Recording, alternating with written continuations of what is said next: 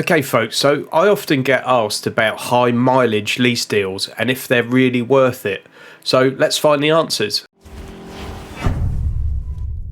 Just before we get started properly here, I've got terrible hay fever today, so apologies for my bunged up sinus, drone, and my bleary eyes and my big red hooter. By that I mean my nose, but bear with me and we will get through it. I'm also going to play a little ad for something in this, and I'd really appreciate it if you guys just watched it from start to finish. I came onto this app by watching an ad. I've now done a deal with a company and I'm promoting it, and it's amazing. I mean amazing. Fantastic good stuff. So please watch that ad in a bit. Thank you very much. And please give the video a thumbs up. Thanks.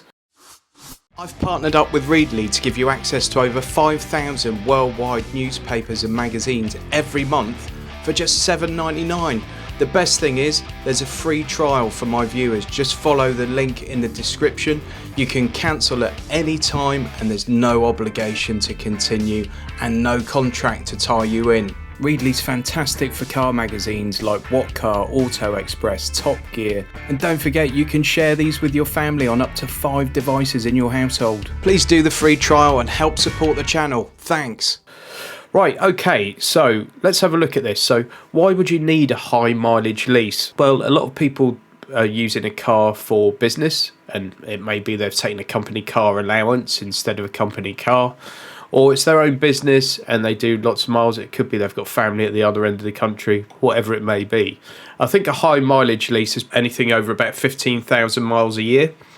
So in this, let's just have a look at the difference between like your 10,000 deals and let's say 25,000. Okay, so the things to consider here are if you were to buy a used car or even a new car, although I think you'd be mad to buy a brand spanking new car most of the time. If you were to buy a used car that's got quite a low mileage on it, and you then put 25,000 miles on it a year for say 3 years, what's the value like and the saleability like of that car at the end of that period? For me, I've always found leases make a lot of sense when you're doing like 10,000 miles or less, or maybe 15,000 miles or less. And then the higher mileage, sometimes they don't. And I've also found that the mileage makes the price differ massively depending on the particular brand and possibly the deal at the time. So don't always think that a car's going to be affected horribly by the mileage, because some are affected much worse than others. So let's have a look at this one. This is the kind of car you might expect to possibly buy with some miles on it. A lot of them use the chauffeur cars. And there are a lot of these knocking around with like 150,000 miles on them.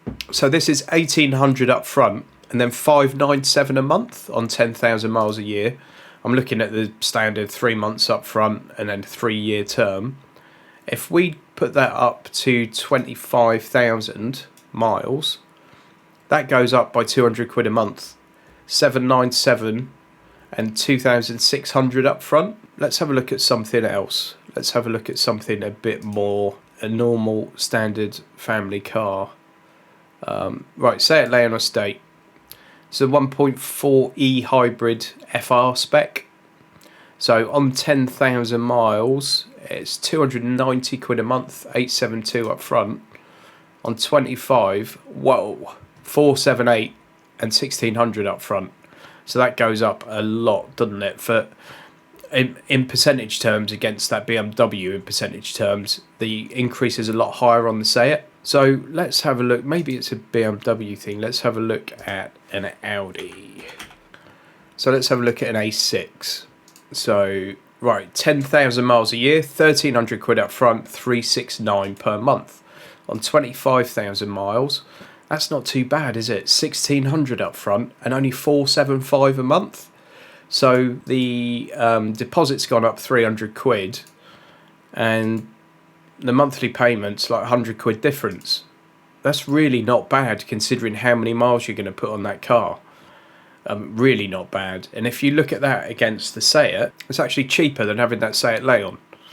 Look, on 25,000 miles, that's 1,600 up front and 478 a month. And the Audi's 475 a month. And I'd rather have that A6 than that Seat, to be perfectly honest. Would you? Let's have a look at something a bit different. So we've got this Hyundai Ioniq, and they've had great deals for quite a long time now. I'm not suggesting that you'd necessarily want to do 25,000 miles a year in an EV at this point in time, because, you know, still we've got issues with the charging network, the availability of it, the quality of it, the cost of it, etc. But let's just do it just for fun and games and see what it comes out at. So 10,000 miles a year, you're looking at 256 a month and 1,100 up front. On 25,000 miles, 473 and 1,600 up front. So again, it's the same price as that Audi pretty much. I mean, that's a hell of a jump, isn't it?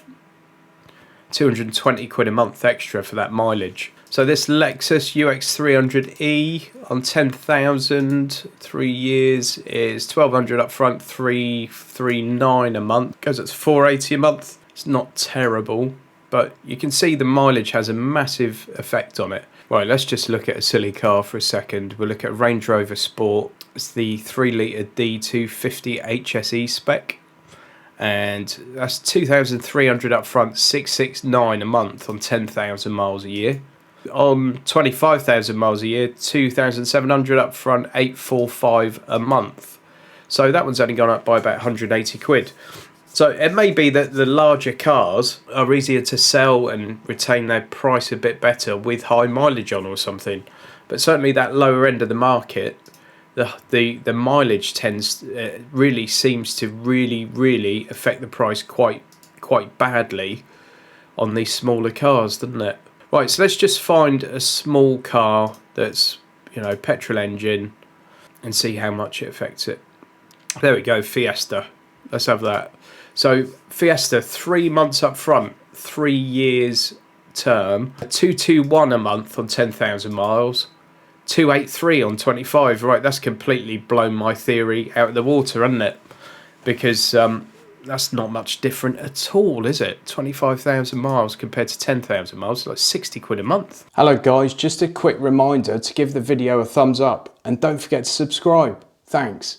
Okay, so the moral of the story here and the takeaway is, firstly, I know nothing, but secondly, we really need to look at each deal, because the mileage affects some lease costs massively, where others it seems to make a fairly sensible difference or a negligible difference, as in the case with this Fiesta. And then consider, if you buy a car and you put in high mileage onto it, A, the kind of repair costs that may come with that, B, the value of the car that you're going to lose by putting that many miles on it, and C, how saleable that car is at the end. So I think leasing is almost always a good option if you're doing a very standard kind of mileage every year. And what this suggests to us is that it's a lot more volatile on high mileage deals, so you have to shop around that bit more. And each deal and each brand is going to vary massively, so you do have to do a bit more homework. Just a quick one there, guys. I hope you found that useful, and catch you next time. Thanks.